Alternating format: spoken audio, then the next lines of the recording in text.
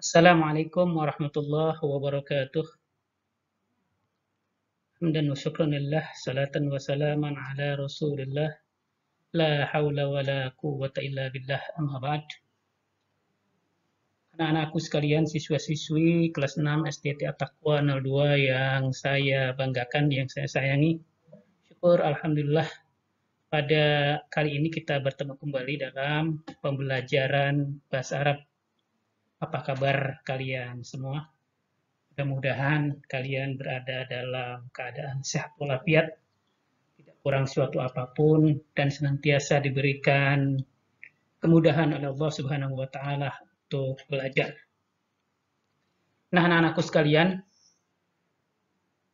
kali ini kita akan membahas, karena ini adalah pertemuan terakhir dari kegiatan belajar mengajar bahasa Arab di kelas 6 ini, saya akan menyampaikan satu kesimpulan dari materi-materi pembelajaran kita dari awal tahun pelajaran yang lalu sampai saat ini. Dari semua materi-materi yang telah disampaikan, paling tidak ada satu fokus besar yang menjadi pembahasan kita, yaitu tentang ad-dhamir dan al-fi'al. Ad-dhamiru wal-fi'alu. Ad-dhamir artinya adalah kata ganti, al-fi'alu artinya kata kerja. Nah, dalam pertemuan ini, pertemuan yang ke-8, materi yang akan kita bahas adalah tentang dhamir. Dhamir adalah kata ganti yang sebetulnya dhamir ini terbagi kepada 14 kata. Namun karena terbatasnya waktu, di sini hanya disampaikan hanya 6 kata saja. Nanti masing-masing akan kita bahas. Kemudian materi pembelajaran yang kedua adalah tentang fi'il atau kata kerja yang beberapa pekan pertemuan sudah kita sampaikan ya, sudah kita bahas bersama, yaitu fi'il atau kata kerja yang dilihat dari dimensi waktunya terbagi kepada 3. Yang pertama adalah fi'il madhi, fi'il mudhari, dan yang terakhir fi'il amar. Dan materi pembelajaran yang selanjutnya yang ketiga adalah perubahan bentuk kata kerja berdasarkan subjeknya. Nah, inilah anak-anakku sekalian materi pembelajaran yang akan kita bahas pada pertemuan ke-8 sebagai pertemuan terakhir ini.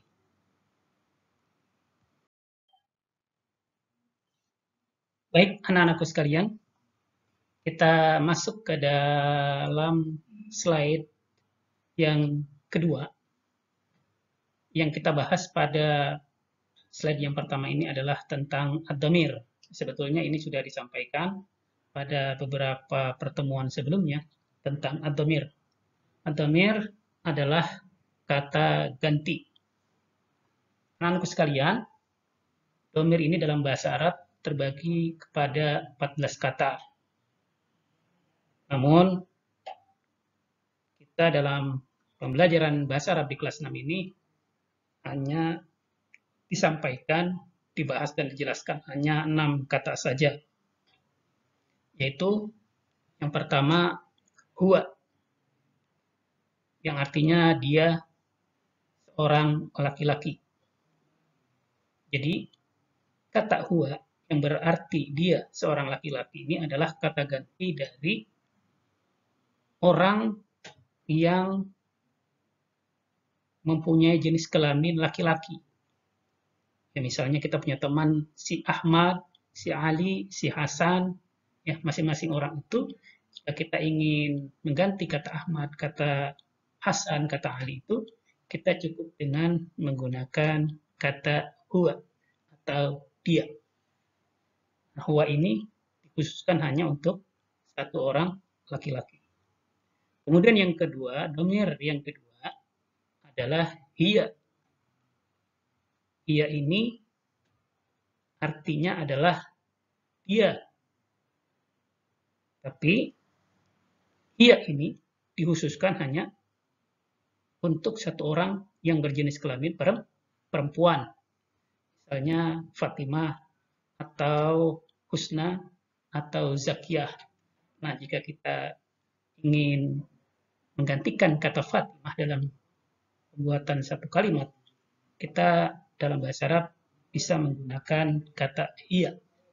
Karena memang hiya ini yang berarti dia dikhususkan untuk seorang perempuan. Kemudian domir yang ketiga adalah anta. Anta artinya kamu, engkau, anda, panjenengan, sampean, dan seterusnya ya. Ini khusus adalah untuk orang yang kita ajak bicara, seorang laki-laki. Maka kita bisa menggunakan kata anta. Misalnya kita bertanya kepada si Ahmad, wahai Ahmad, apakah kamu seorang murid? Nah, dalam bahasa Arab kita bisa bertanya, ya Ahmad, hal anta tilmid? Apakah kamu seorang murid?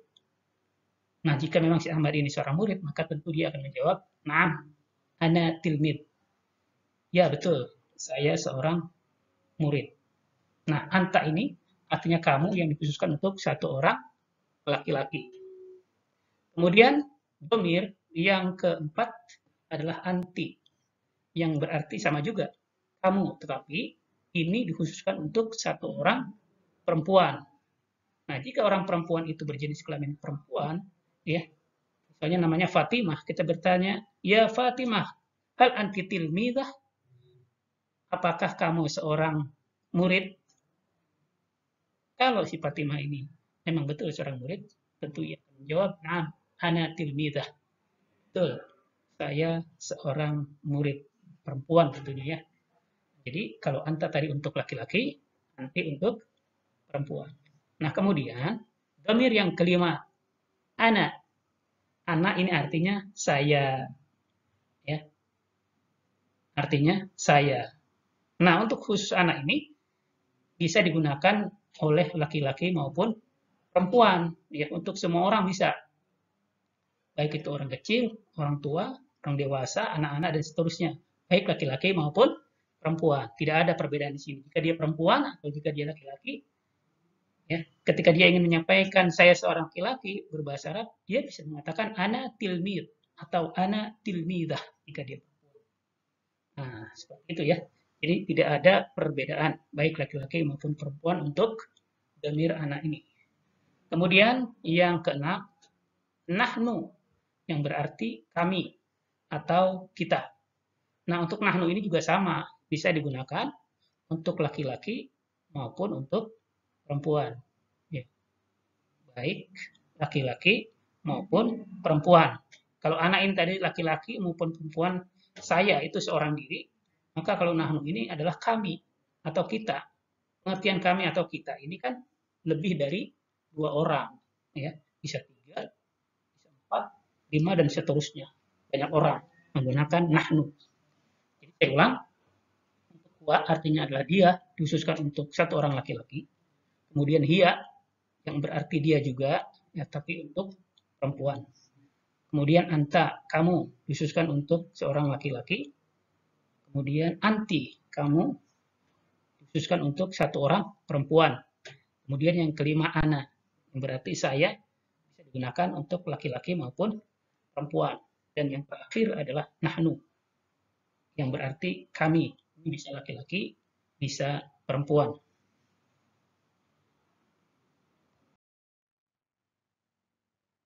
Selanjutnya kita akan masuk ke materi berikutnya pada slide yang ketiga, yakni tentang al-fi'l, yang artinya kata kerja. Nah, pembahasan al-fi'lu, ya kita sebut saja fi'il, yang berarti kata kerja ini, jika dilihat dari dimensi waktu pengerjaan suatu kegiatan, maka fi'il ini terbagi kepada tiga. Ya. Yang pertama adalah fi'il madhi, yang berarti kata kerja lampau, suatu kata kerja yang kegiatannya itu sudah dilakukan, ya, yang telah dilakukan, sehingga disebut dengan fi'il madhi. Kemudian yang kedua adalah fi'il mudhari, kata kerja sekarang atau kata kerja sekarang dan juga kata kerja yang akan dikerjakan nanti. Nah, itu masuk dalam kategori fi'il mudhari. Kemudian yang ketiga adalah fi'il amar. Fi'il amar ini adalah kata kerja perintah, ya. Kata kerja perintah, dan biasanya ini dilakukan oleh orang yang berbicara memerintahkan kepada orang yang diajak bicara atau lawan bicara. Biasanya seperti itu. Nah, jadi anak-anak sebetulnya materi ini materi ulangan ya yang sudah kita bahas pada pertemuan sebelumnya tentang fi'il atau kata kerja ini. Jadi pada slide berikutnya akan kita bahas masing-masing contohnya.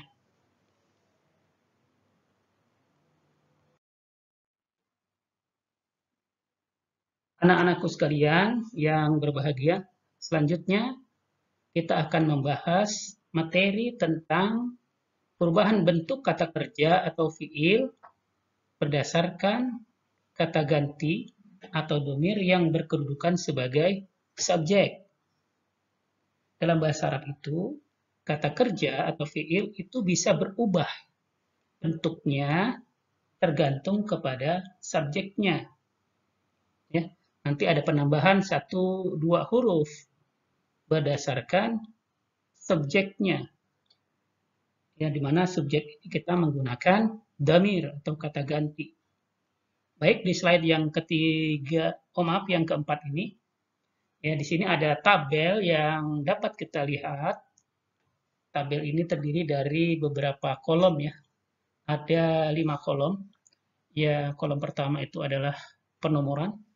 Kolom yang kedua ini adalah domir. Ya, kita akan membahas domir yang pertama, yaitu domir huwa, yang artinya adalah dia seorang laki-laki.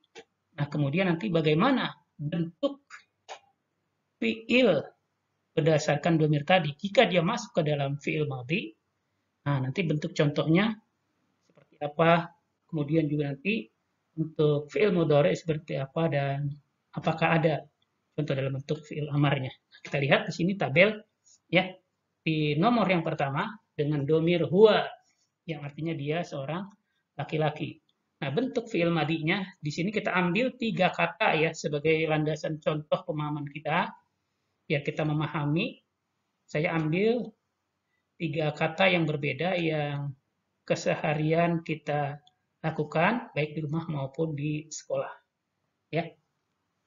Jika dia menggunakan domir huwa yang berarti adalah dia seorang laki-laki, maka bentuk fi'il madinya, kata kerja lampaunya, ya, berbentuk qara'a.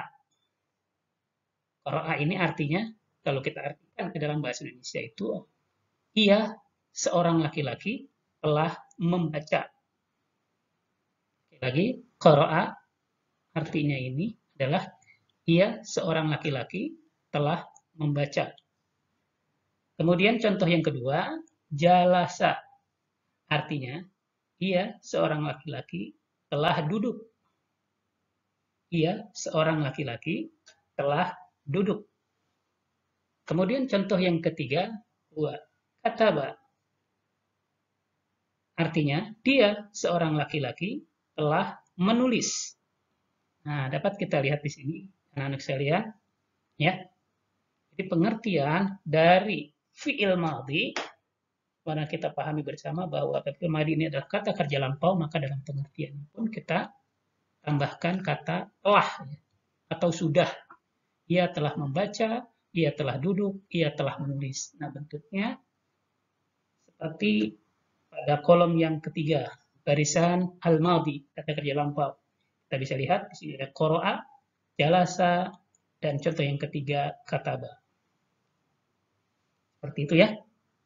Kemudian kita lompat ke kolom sebelah kiri, kolom selanjutnya. Ini adalah kolom fi'il mudhari, yaitu kata kerja yang sedang atau yang akan dikerjakan. Masih tetap dengan menggunakan domir huwa. Di fi'il mudhari ini ada perubahan bentuk dari fi'il madi. Untuk fi'il mudhari dengan menggunakan domir huwa, perubahan bentuknya adalah menggunakan huruf ya di depan. Ya, menggunakan huruf ya di depan. Kemudian di akhir kata itu kita domahkan. Qara'a fi'il madi, yaqra'u fi'il mudhari. Nah, kalau fi'il madi artinya tadi telah, sedangkan untuk fi'il mudhari maka ia bermakna sedang, ya, atau bermakna sekarang. Yaqra'u, ia sedang membaca. Yajlisu, ia sedang duduk. Yaktubu, ia sedang menulis. Nah, iyahnya ini adalah orang laki-laki. Ia bisa si Ahmad, bisa si Hasan, bisa si Ali, gitu ya. Orang yang terpenting.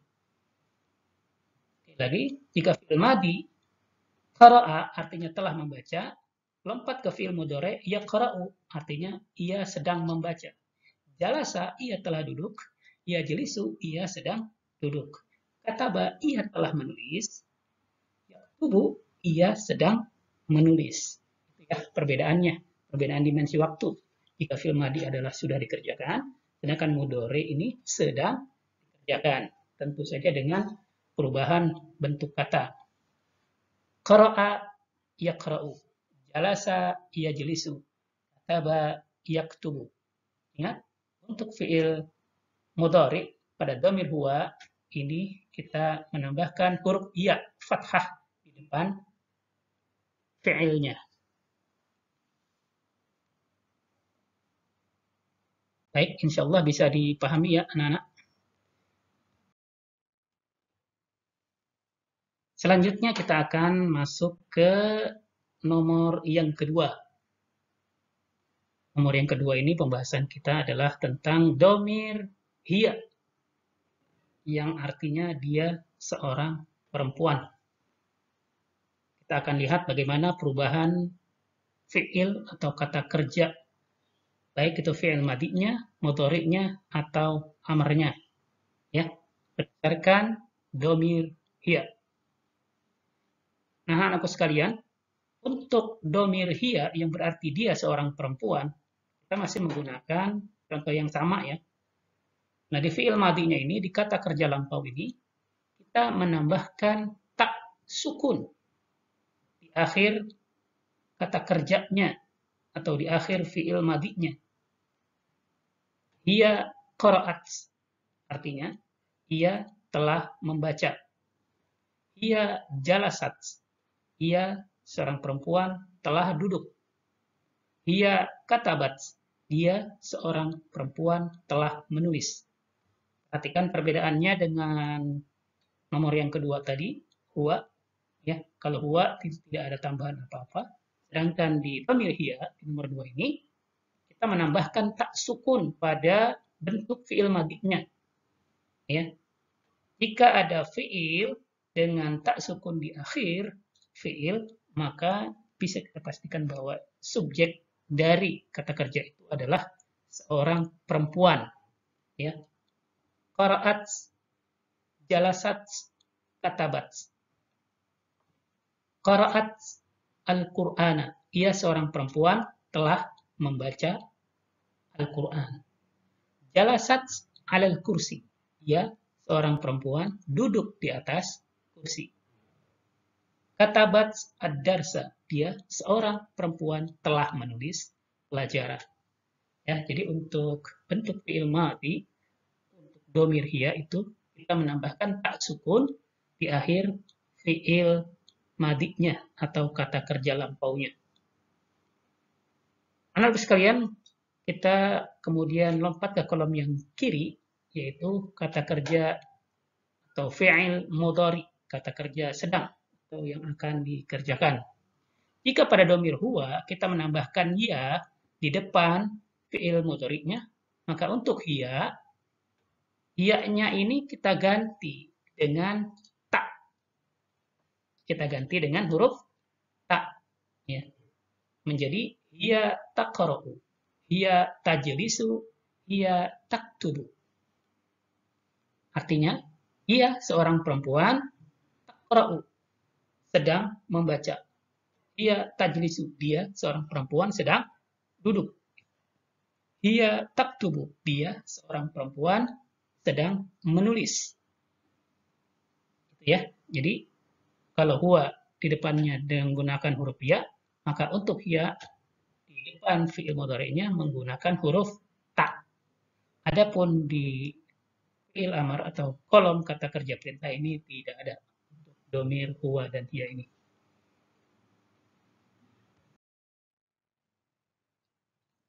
Berikutnya nomor yang ketiga, yaitu domir anta, yang berarti kamu seorang laki-laki. Nah, anak sekalian, bagaimana perubahan bentuk fi'il madhi, fi'il mudhari dan fi'il amar dengan menggunakan domir anta ini? Kalian bisa perhatikan pada slide yang ke-6 ini, pada nomor yang ketiga, ya. Di tabel ini tertulis penggunaan domir anta dengan 3 contoh bentuk fi'il madhi, yang berarti kata kerja lampau.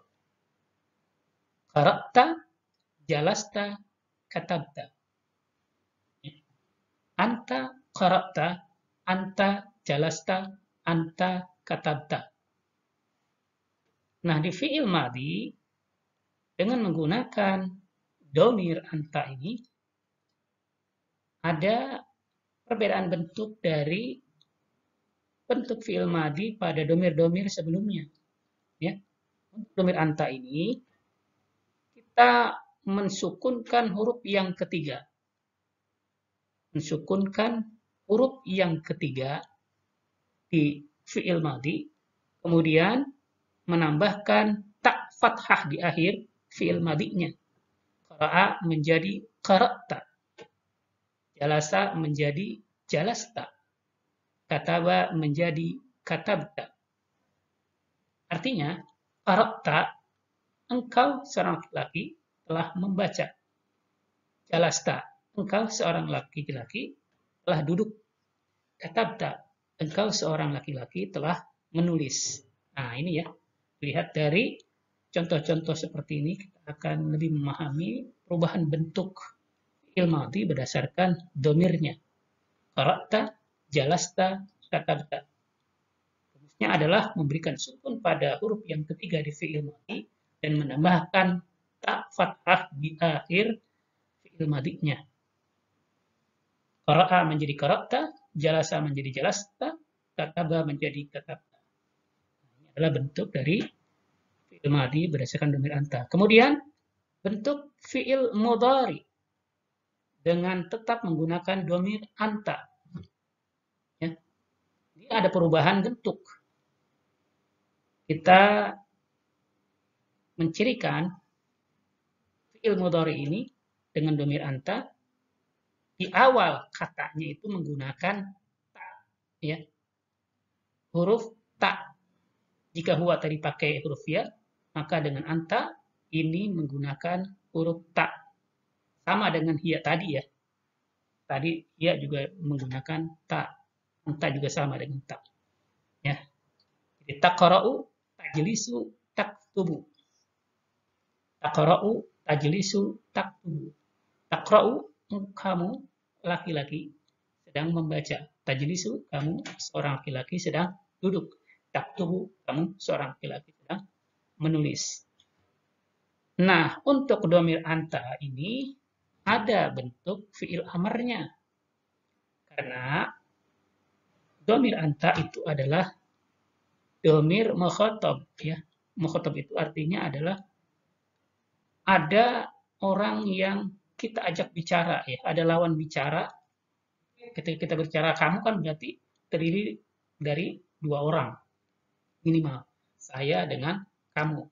Nah, ketika ada diskusi, dialog, pembicaraan saya dengan kamu, nah itu bisa juga keluar kata perintah. Makanya di sini untuk domir anta ada bentuk fi'il amarnya, kata kerja perintahnya, ya. Merintahkan langsung kepada lawan bicara. Lalu bagaimana bentuk fi'il amarnya di sini? Bentuk fi'il amarnya di sini, ya. Iqra, ijlis. Iqra artinya, hai kamu, seorang laki-laki, bacalah. Ijlis, hai kamu, duduk. Hei kamu, seorang laki-laki, tulislah. Gitu. Ketika kita memerintahkan si Ali misalnya untuk membaca Al-Quran, maka kita bisa menggunakan kata kerja perintah atau fi'il amar ini dalam bahasa Arab. Ya Ali, iqra Al-Quran. Wahai Ali, bacalah Al-Quran. Ya Ali, ijlis alal kursi. Hei Ali, duduklah di atas kursi. Ya Ali, uktubid darsa. Hai Ali, tulislah pelajaran. Nah, seperti itu ya. Jadi, kalau untuk fi'il amar menggunakan dhamir anta, ini cirinya dia mensukunkan huruf terakhir di kata kerjanya. Qara'a, taqra'u, iqra. Jalasa, tajlisu, ijlis. Kataba, taktubu. Nah, untuk membentuk fi'il amar ini, ya, ada tambahan rumus lagi. Ialah mengikuti bentuk dari fi'il mudhari. Coba Anda perhatikan. Fi'il mudhari di sini ada taqra. Taqra, taqra, taqra. Untuk fi'il amarnya sama, cuma dari ta itu kita ganti dengan hamzah di awal, ya. Iqra. Taqra'u, iqra. Tajlisu, ijlis. Taktubu, uktub. Jadi bukan ikri, bukan ukru ya, tapi iqra. Karena bentuk fi'il mudhari'nya adalah taqra'u dengan ra fathah. Maka fi'il amarnya ra juga ini berharakat fathah. Taqra'u, iqra. Bukan taqra'u, ikri, bukan. Tapi taqra'u, iqra, mengikuti fathah pada huruf di fi'il mudhari'nya, ya. Taqra'u, iqra. Tajlisu, ijlis. Taktubu. Demikian pembahasan untuk slide ini. Nah, aku sekalian, selanjutnya kita masuk pada dhamir yang keempat, yaitu anti, yang berarti kamu seorang perempuan. Bagaimana bentuk fi'il madhi, mudhari' dan amarnya dengan menggunakan dhamir anti ini? Kita bisa lihat di tabel yang ke-7 ini, ya, dengan menggunakan dhamir anti, maka bentuk fi'il madhinya adalah qara'ti, jalasti, katabti. Kalau kita bandingkan dengan dhamir anta tadi, ya, dia menggunakan ta fathah. Qara'ta, jalasta, katabta. Maka untuk anti ini menggunakan ta dengan harakat kasrah. Qara'ti, jalasti, katabti. Qara'ti, kamu seorang perempuan telah membaca. Jalasti, kamu seorang perempuan telah duduk. Katabti, kamu seorang perempuan telah menulis. Ya. Anti qara'ti, anti jalasti, anti katabti. Lalu bagaimana dengan bentuk fi'il mudhari'nya menggunakan dhamir anti ini? Rumusnya adalah yang pertama, di awal kata menggunakan huruf ta. Ya, menggunakan huruf ta. Ini adalah ta fathah. Kemudian di akhir fi'il mudhari'nya ditambahkan huruf ya, sukun, dan nun fathah dengan mengkasrohkan huruf yang ketiganya, ya, menjadi taqra'ina. Kalau tadi misalnya anta taqra'u, maka untuk anti ini menjadi taqra'ina, menambahkan ya sukun dan nun fathah di akhir bentuk fi'il mudhari'nya yang menggunakan domir anti. Anti taqra'ina.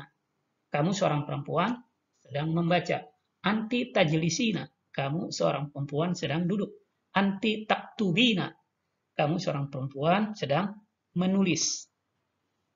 Ya. Jadi ditambahkan ya sukun dan nun fathah pada bentuk fiil mudhari'nya menggunakan domir anti. Anti. Anti taqra'ina. Anti tajlisina. Anti taktubina. Lalu bagaimana bentuk fiil amarnya, kata kerja perintahnya? Kata kerja perintah ini pada domir anti kita menambahkan ya sukun di akhir fiil amarnya. Iqra itu untuk satu orang laki-laki. Bagaimana kalau untuk perempuan? Maka bentuknya adalah iqra'i, bacalah.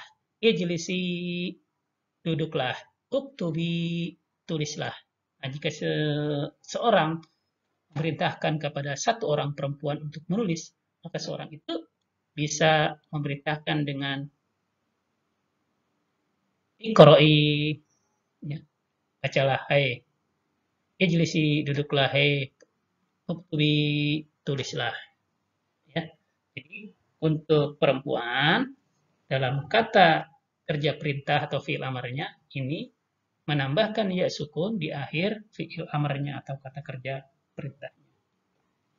Iqra'i, ijlisi, uktubi. Begitu ya anak-anak ya. Mudah-mudahan bisa dipahami dengan baik. Selanjutnya domir ana. Domir yang kelima. Yang berarti saya. Saya ini bisa seorang laki-laki, bisa seorang perempuan. Orang laki, orang perempuan bisa menggunakan kata ana dalam komunikasinya. Lalu bagaimana bentuk fi'il madhinya? Ya, kita lihat di sini di tabel yang ke-8 di nomor yang kelima. Untuk bentuk fi'il madhinya, ya, di akhir fi'il madhi itu kita tambahkan ta dhammah. Jika tadi qara'a untuk huwa, maka untuk ana kita tambahkan ta dhammah di akhir fi'il madhi dan mensukunkan huruf yang ketiga. Qara'a menjadi qara'tu, jalasa menjadi jalastu, kataba menjadi katabtu. Sekarang kita artikan ana qara'tu, ya, atau qara'tu saja boleh. Qara'tu, aku telah membaca. Jalastu, aku telah duduk. Katabtu, aku telah menulis. Nah, ini adalah bentuk fi'il madhi dengan domir ana. Dhammah di akhir fi'il madhinya. Qara'tu, jalastu, katabtu. Lalu bagaimana dengan bentuk fi'il mudhari'nya? Nah, untuk bentuk fi'il mudhari'nya ini, ya, di awal kata ini menggunakan hamzah fathah. Menggunakan hamzah fathah. Aqra'u, aku sedang membaca. Ajlisu, aku sedang duduk. Aktubu, aku sedang menulis. Jika huwa tadi pakai ya, kemudian hiya pakai ta, anta pakai ta, anti pakai ta, sedangkan ana ini pakai hamzah fathah. Aqra'u, ajlisu, aktubu. Adapun bentuk fi'il amarnya atau kata kerja perintahnya tidak ada. Nah, inilah contoh dari bentuk-bentuk fi'il madhi dan fi'il mudhari menggunakan domir ana.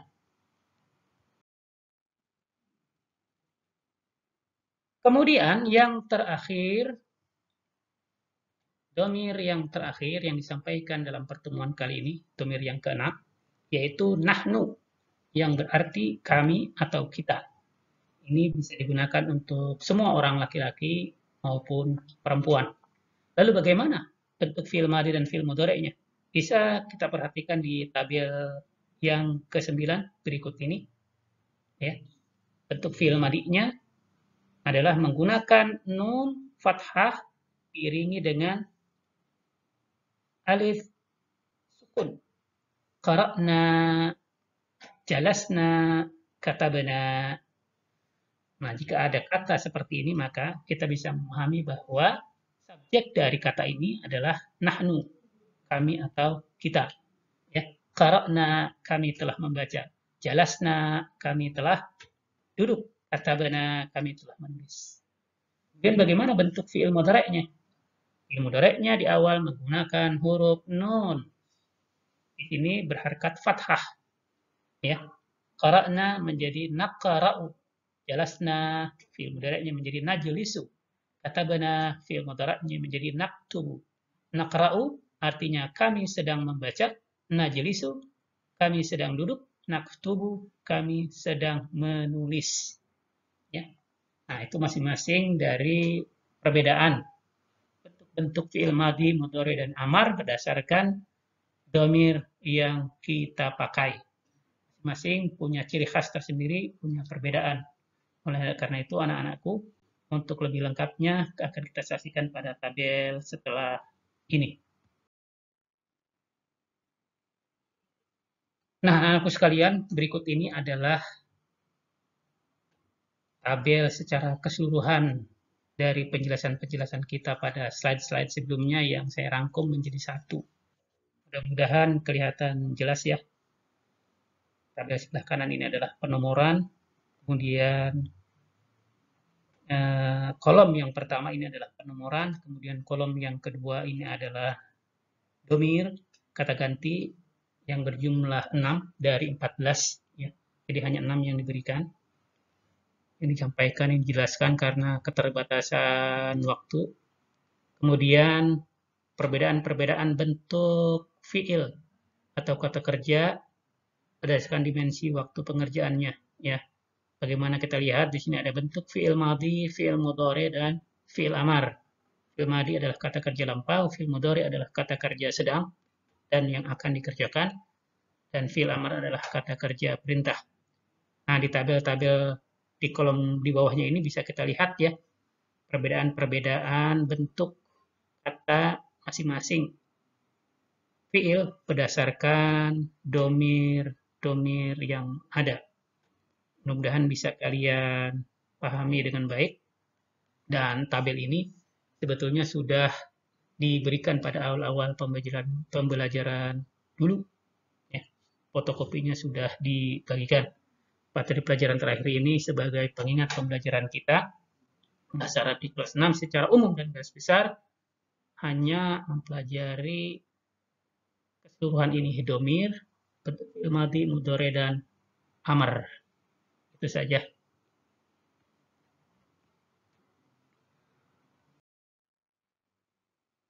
Dan terakhir, saya ucapkan terima kasih banyak pada anak-anakku semua. Mudah-mudahan kalian dapat menyerap pelajaran dengan baik, senantiasa diberikan karunia kemudahan oleh Allah Subhanahu wa Ta'ala dalam menerima pembelajaran dan menyelesaikan tugas-tugas yang diberikan oleh Bapak dan Ibu Guru. Sebelum saya akhiri, terakhir dari pertemuan ini, saya mengucapkan, mengaturkan permohonan maaf yang sedalam-dalamnya apabila dalam penyampaian dan segala sesuatunya banyak sekali ditemukan kekurangan. Terima kasih, semoga sukses untuk pembelajaran-pembelajaran selanjutnya. Assalamualaikum warahmatullahi wabarakatuh.